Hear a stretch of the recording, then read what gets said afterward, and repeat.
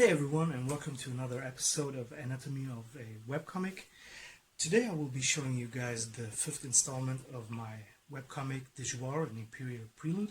Unfortunately, I haven't been able to upload last week's video because of some technical issues with my computer, but now I'm following up on that with this video, and I made some slight changes in the format. I made it a little bit bigger than it was before because I wasn't happy with the amount of information I could add into these small strips, and therefore I decided that I wanted to go a little bit bigger, but it didn't take me that much more time, which is cool, and I'm really happy with how it turned out. And if you guys see or like what you see in these videos or in the whole in my whole channel, then please consider subscribing to my channel, maybe share, comment and like it. And maybe you can share it on your Facebook or Twitter if you think it's educational, or maybe you want to show it to your friends.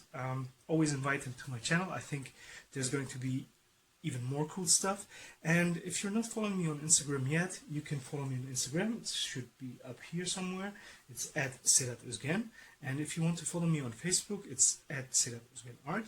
And you can also read my webcomic there in the finished version. And thank you guys very much, and I hope that you are enjoying this video. Let me know in the comments what you think and what you would like to see in the future, or if there is something that you're keen to learn about in regards of drawing comics. Thank you very much, and now off to the video. Alright everyone, as promised, this week will be in a different format. I've decided that I will go with a larger panel, and this has two reasons. First of all, the smaller versions wouldn't allow me to include all the information I think that were necessary to tell this story, and it also allows me to go a little bit further with the art. The cool thing about this is that it didn't take me that much more time. I think it was probably like 30 minutes or so more, which is acceptable for doing something like this. And I am continuing where I finished last week or last time, which is after Dijwar and this other character are meeting, and he is obviously bringing him to his boss. And yeah, I'm having a good time illustrating this stuff. Unfortunately, I wasn't able to upload a panel last week because there were some technical issues and I didn't want to mess it up. So I decided that I will rather let it go instead of just uploading something. And yeah, I am now at the second panel, and for this panel I use some reference of a few guys walking down a path or a street. I'm not sure anymore, and I did that in order to get the right amount of realism in the drawings. Obviously I wasn't tracing anything because that would show on the video, but at least I think it's always important to mention something like that, because some people think that you can go without reference, which you may if you're really good, but sometimes you want to make sure to add this little bit of extra realism into your art by using references, and it always allows you to make the figures look a little bit more dynamic and realistic. That's the reason why I'm doing that. And as you can see, it's the panel is coming along nicely. I am making creating a background now, which is going to be some sort of a sushi or a cafe bar. We don't know, and we don't need to know, because it is not relevant for the story. And now I am off to tracing the layouts. I could have probably just printed the layouts in blue lines onto my paper and then started inking, but I always feel like a little bit uncomfortable doing it that way, because I feel like I can't just go and make changes. For example, if you look on the left side, the guy with the mask on, was previously just a bald-headed guy, and now I gave him some, dreadlocks and a different mask. And I'm doing that because I like to be able to make changes without having to fixate on what I have previously thought would be a good visual decision, or or would be visually interesting. Because sometimes you will change your mind about things, and it's absolutely all right to go and make changes, because it only shows that during your process of creating something, you come up with better ideas. And when you have a better idea, why not replace an idea that wasn't or isn't as good as the idea that you're having now? And it's coming along nicely. I am, as always, having a lot of fun, and I think it was really a good decision to go with the somewhat larger panel, because this looks more like a comic panel or comic panels. And I think that's the most important thing here. Everything has to look cool. If it doesn't look cool, then I am wasting my time, and I don't want to waste my time. I don't want to waste your time, and I want to make this thing as good looking as possible. Obviously, I am not Travis Charest or Jim Lee or Esad Ribic, but as I am working on this stuff, I am growing as an artist, and as you can see, I've added a background here in the first panel in order to give it some depth, and now starting with the ink. And I am growing with this stuff, and I'm seeing the benefits of doing this stuff already, because I feel like I am way more secure about my art. I like my stuff more than I did before I was doing these videos. And for example, if you look at what I'm doing right now, I have started with doing outlines first, and some of the details such as the eyes and everything, instead of just going with the black spotting as I would usually do, because I felt like in the previous panels, although I liked how they turned out, that some minor things were a little bit not off, but not to my satisfaction. And when something is not to my satisfaction, then I want to go and fix and change that. And that's what I did. That's why I'm using this approach, and I really, really like this approach. I like where it's going, and I feel like that this installment of the comic is already my favorite panel or installment so far.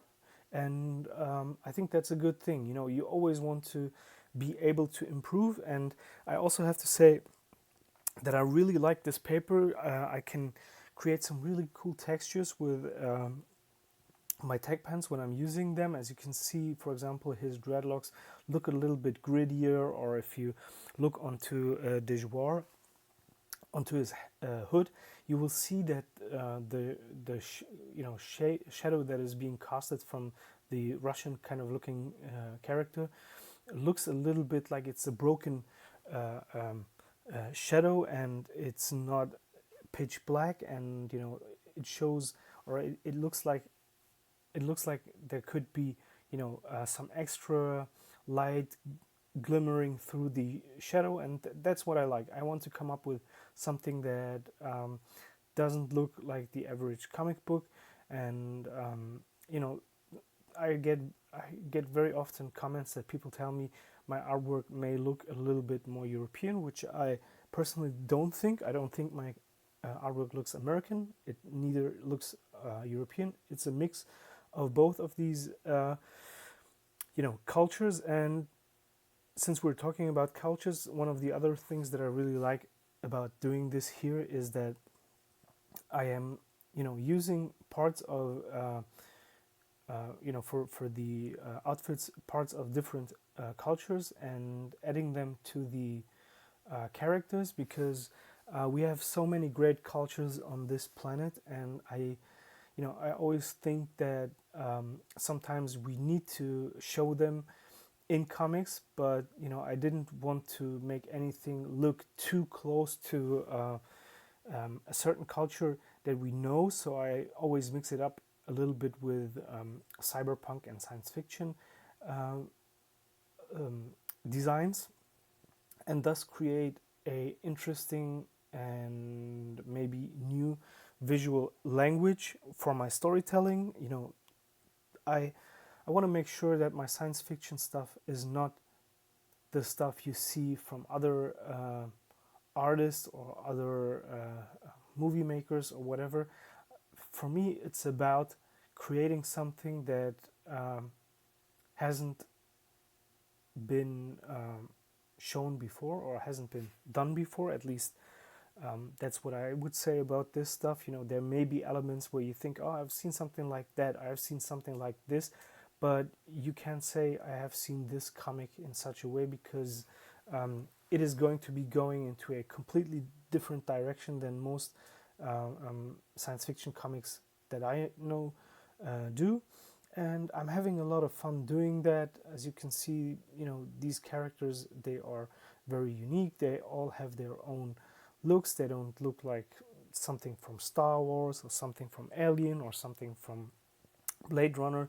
And that's always really important to me, because although I enjoy all of the things that I've mentioned before, or all of these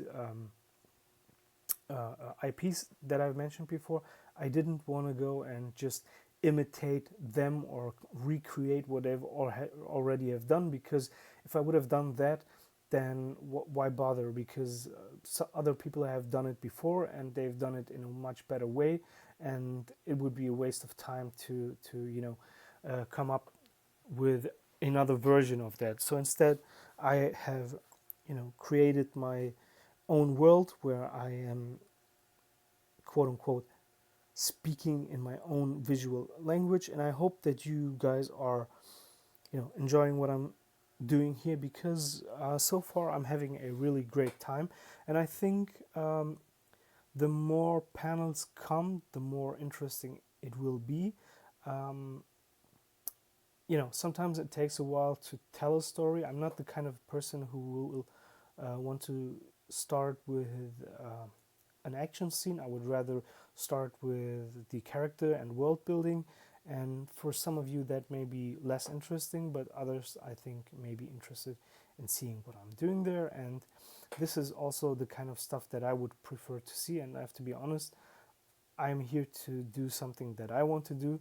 And if you guys are happy while you're watching it, that's amazing. And if you say, hey, I don't enjoy it, hey, that's cool as well, because nobody is forced to watch these videos. And as you can see, I am almost finished with the background, and I tried to add as much details as possible into the background without over loading it with information. And that's always a little bit of a hard thing, because sometimes you add so much info into the background that it may end up confusing or maybe distracting the viewer from what is actually important. And therefore I am using the screen tones, because those screen tones will help you to emphasize certain areas in the drawing, and because of the gray, they will highlight those spots, while the black and white stuff is still remains basically in the background. And I really like how it turned out. And if you guys liked it as well, or like where this is going now, and since it's a little bit bigger, I'm sure that it may be even more interesting to you guys. Maybe you will consider subscribing to my YouTube channel. And if you do like what you see, please comment, like, and share my video. I think that's usually the best way to spread the word. And if you haven't started following me on Instagram or Facebook yet, then please go to my Instagram. It's @SedatOzgen, and my Facebook is @SedatOzgenArt. Thank you guys for tuning in, and see you next week. Bye bye.